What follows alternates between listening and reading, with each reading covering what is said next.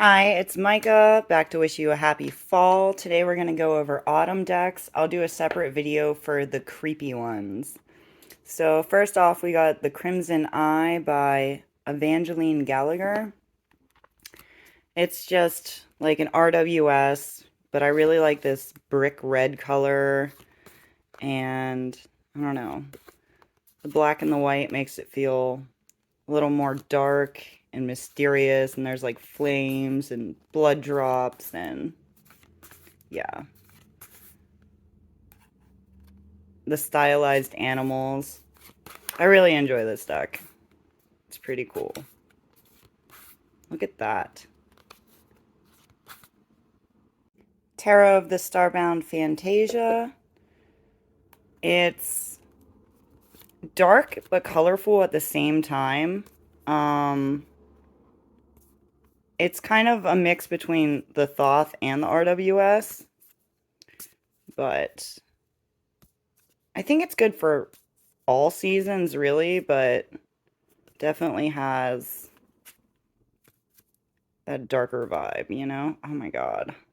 I love the majors in this deck. They're just everything. So the uncommon tarot, not gonna lie, I haven't really started to use this yet, but I pulled it out the other day, shuffled it, drew a few cards, and I was like, okay, like now that summer's going away, I can definitely feel the vibes of this more. It has like, not dingy, but like, I don't know, an antiqued overlay, I guess you could say. Like the colors aren't so saturated that it like shakes your brain up. I don't know if I'm making sense, but that devil's cool. So yeah, I'm willing to give it a shot. That's why I got it, right? Gorgeous. So the Wilderness Collide Oracle, like I know I put this in spring and summer decks. I love this back so much. Look at that. But once again, like you see this like dingy overlay on it, you know? It's like it's bright when you need it to be bright, but it's also like just dark enough, you know? Do you see what I'm seeing?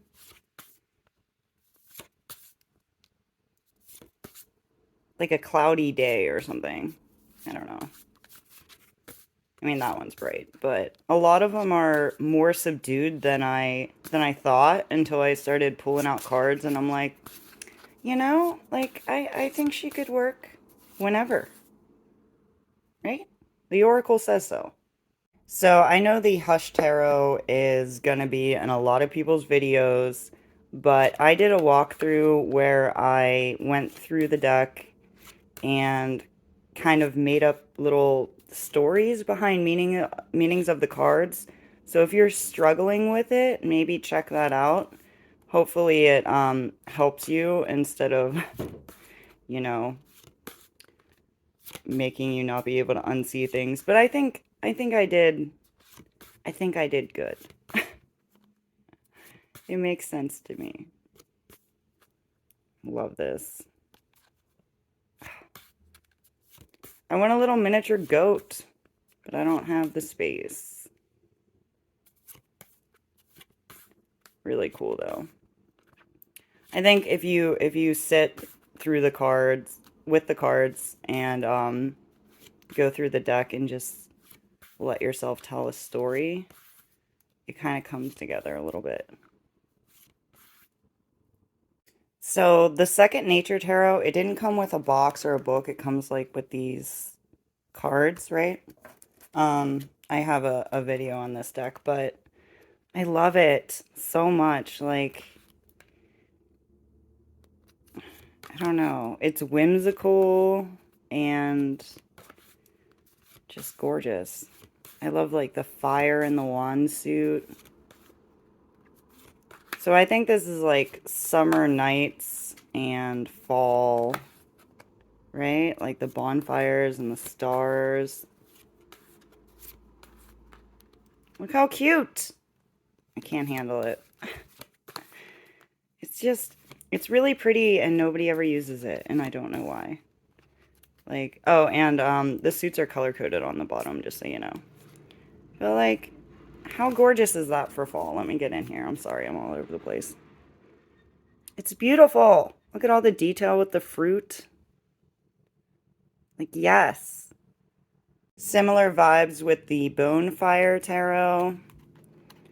I like all the black, but the colors, like, still pop. There's lots of, like, fire. Like, this is, like, a cozy, like, bonfire camping. I don't know.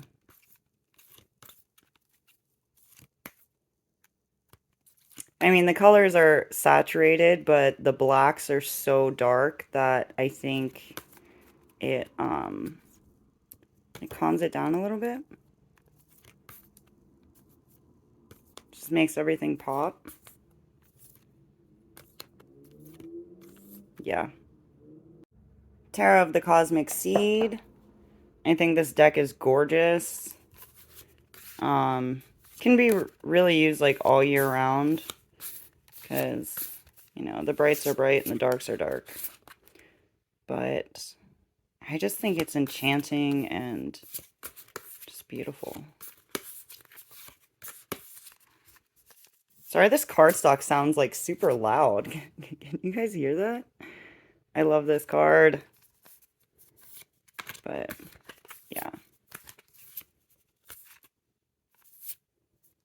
See what I mean? Like, the darks are, like, moody. I guess that's, like, an okay word. Yeah. Similar thing with the Super Linaris. Okay, one weird thing I notice in decks is, like, how much clothes they're wearing. And, like, I can justify this deck for fall. Like, we can argue about it if you want. But, like, they're not walking around in, like, skimpy bikinis. You know what I mean? I mean, yeah, some people have t-shirts on, but, like, so do I. You know what I mean? I can consider this a fall deck. Well, they're on the beach, but... Yeah, so I'm gonna go on vacation to Florida in, like, 2 weeks. And there's a hurricane! Oh my god, I love this card. So, can we, like, pray the hurricane away? Is that a thing?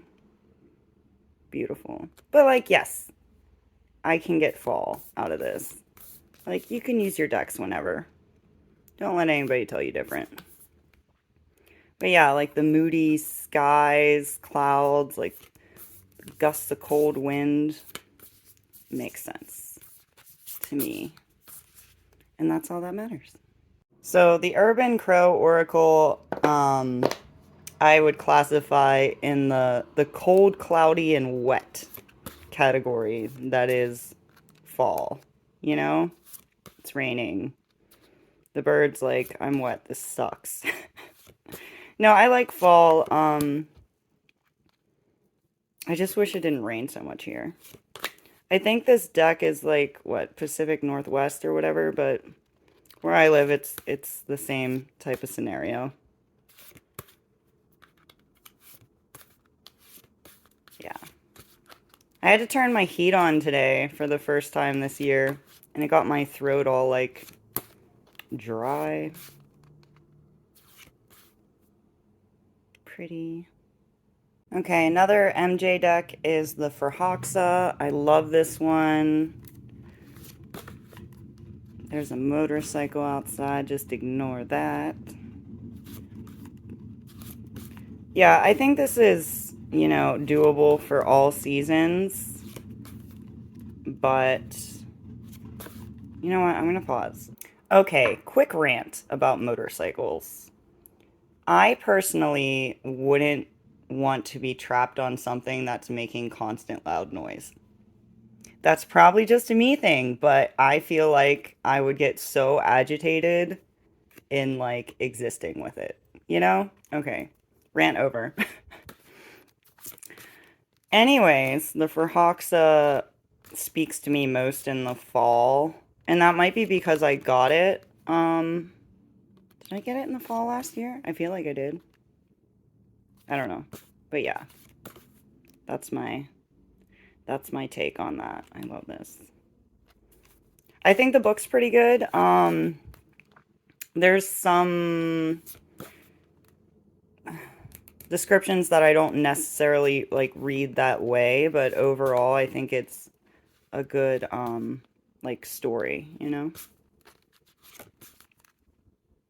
Queen of the Moon Oracle. So I haven't been using this much recently, but every once in a while, or if it's like on a special moon, I'll feel called to pull it. And I do think the art is beautiful. Yeah.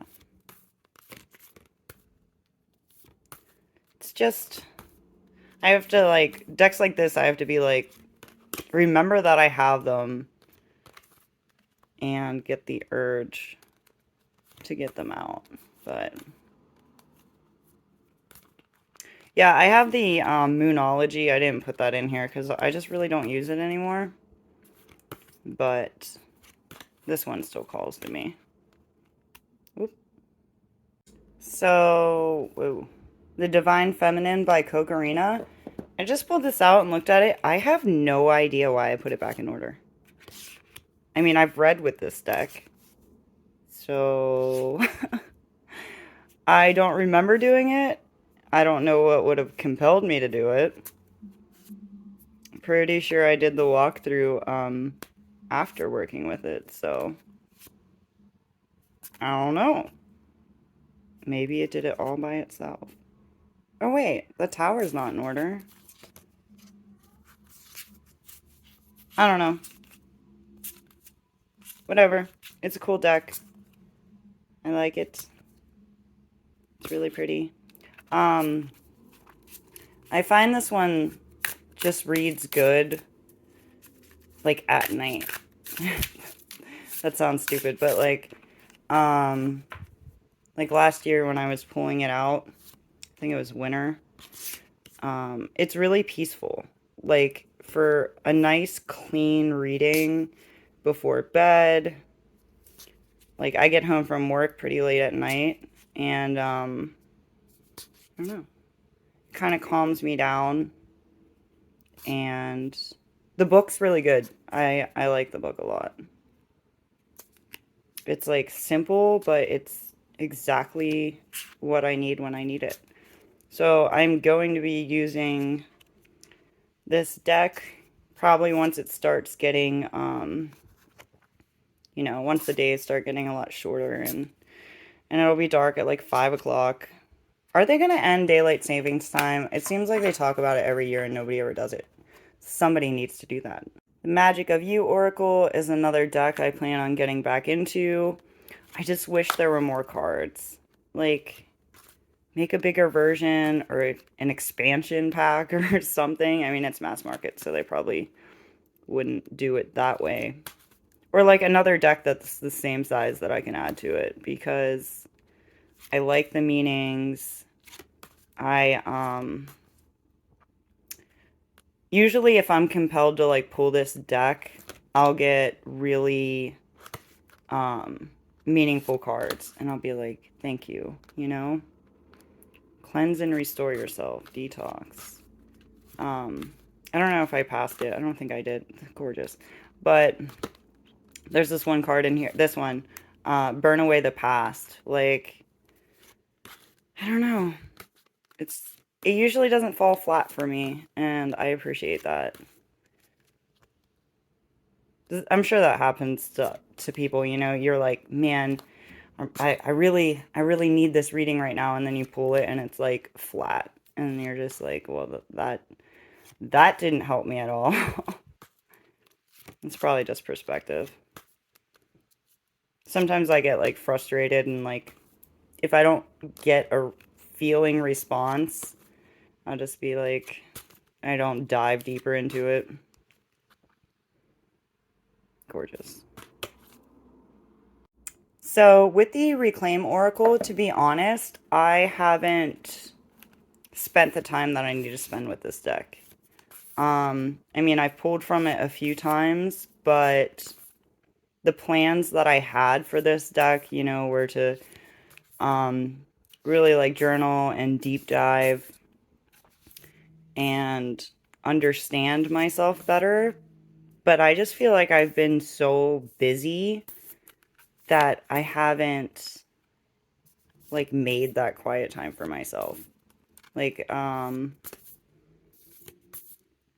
not necessarily feeling like scatterbrained or overwhelmed, but it's like I'm just like busy enough that I don't like make the time for things like this right now.